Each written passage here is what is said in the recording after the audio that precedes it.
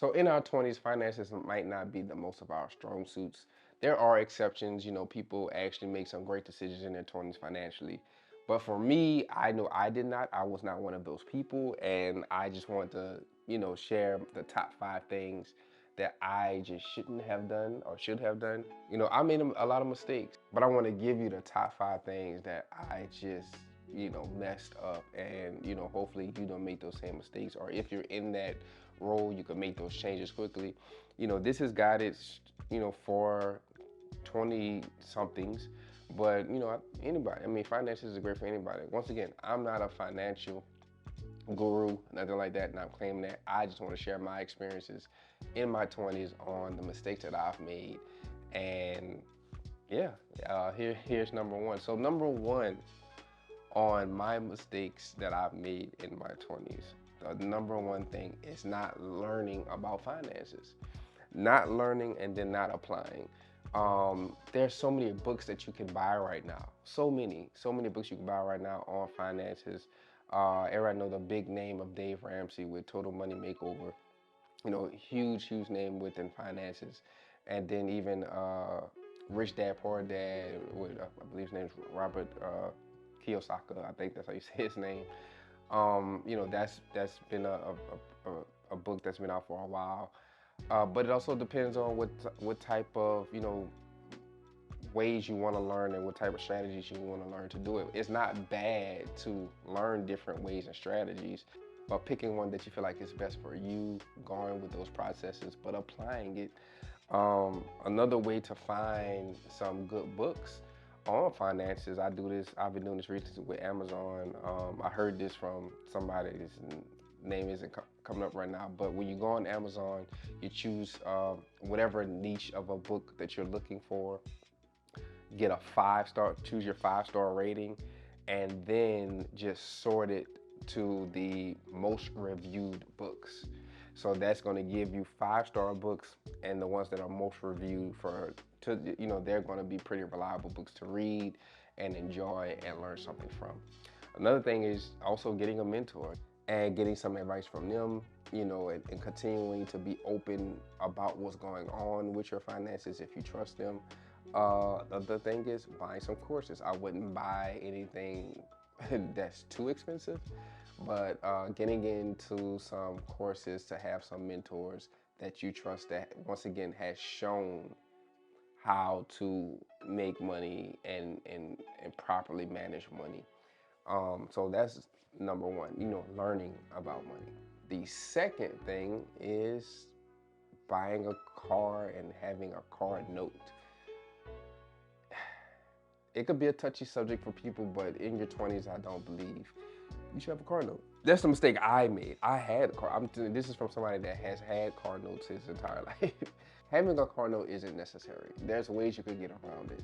I understand that having reliable transportation is something that's necessary, but if you set yourself up right, of course, and there's also, there's so many transportation services now, and we try to weigh out the cost of something to have like a reliable car, or then paying for maintenance and paying for this and that. But choosing to have doing your research, getting something reliable like a Toyota or a Honda or something like that, and being able to pay cash, saving up to pay cash for your car, that's that's something that I imagine is just a great feeling in your 20s, right? So starting that off, and you're not worrying about I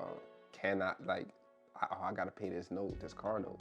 No, just go ahead on, get it out the way, get you a car, pay cash for it. Then, if you wanted to get another one, you have money to save to then trade in that car. Once you get a good deal on that, trade in that car, use the extra money you got, and get an even better used car. Depending on your goals, most likely, if you're being that fiscally responsible, you're gonna find a way. The next mistake I made is not investing in a Roth IRA early. A Roth IRA is basically a retirement account, tax-free savings. You basically watch your money grow. Every year you watch your money grow, and the earlier you do it, the better. So that's something that I didn't do that I wish I would have done in that stage. Is putting money there versus putting money into a car. Just like I was talking about, you find ways to build money in other ways, and you see it grow. You want your money to grow. You don't want it to just be going in the trash. And sometimes we do that based upon our emotions, literally just our emotions. We just make those decisions based on emotions and not logic. So, of course, it's better to have your money grow. You're putting your money into something that's going to continue to give you your money back at a growing rate. And that's something that I wish I would have done. So look up some IRA facts, look up what it does for you and how to get one, what you should do. Get some advice on that. That's another thing that I would do. I didn't do it. If you're in your 20s now, even if you're in your 30s, 40s, still do it. I mean, it's something that I think we should all kind of get into, whatever we can do to help us financially, right? The next one is pretty popular as well, and that's overspending on student loans. I definitely overspent on student loans. Just not knowing, not listening, just being reckless with whatever I can get to get through this degree or degrees. Man, we could literally, one, we have this idea that we have to rush through college. That's not the case. Two, we have this idea that we have to go to the best colleges. Once again, that's not the case if you don't financially have if you don't have the financial backing to do so. And you could start your college off just right away, even in a community college, if you don't have any scholarships. And there's no time frame to finish this degree unless there are some strict rules in that term. Usually I believe like master's degrees do have like a time frame that you have to complete the degree before you become ineligible. But as far as like a bachelor's, you could work at the same time and pay off those classes as you go. Like it's not a race, and even in today's age, there's so many other side hustles that you can do while going to class. And when you don't have a car note, you don't have, and you have your money growing for you, and you're paying for your school, and you're working at the same time. I mean, you're pretty much, you're winning right now. Like, you're doing something that can help you out.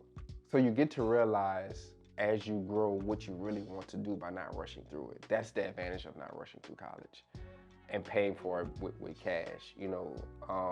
Being able to go through that process and be like, oh, well, I really like this, and getting a degree that means something. I mean, once again, you could get a degree in finance. You could get a degree in even if it is in art, you're actually doing the art on the side. Right, that's something that you're interested in. So you're able to maybe switch a degree field much, much easier because you're taking your time throughout college because you're paying for it yourself. And you're not stressed about it. Oh, I gotta get this done, this and this done. Instead of your 4-year degree might be 8 years. It seems long, but you don't understand how much that, that really doesn't matter when you can make money in other ways so quickly. And then once you finish without student loans, your return is immediate. You're getting your money immediately. So I just wish I didn't overspend on student loans, and I did. And last but not least is not buying my first home as an investment property. I believe buying property is great. Instead of renting. Of course, it depends on your situation if you're moving a lot, but it is proven that real estate is definitely a wealth growing asset. Most millionaires are millionaires based off of real estate. Not that you have to be a millionaire, because really people don't have to be millionaires to live good lives, especially when you don't have debt. And you're fiscally responsible. And these are things that I'm learning now, right? But my main goal is to help young men now, because I have 2 sons, to be able to do things and live a balanced life and live the right way. I've made a lot of mistakes in my life, and once again, not buying an investment property, on my own for myself and doing these other 5 things has pushed me back to where I'm still good, but to where like, oh, I could have been much further along if I would have done this. So these are the 5 things I just wanted to share with you guys. If you have any other questions or any other concerns about what I said, or if it's other advice that you feel like you can add to this, comment below. But please like, share, subscribe to the video.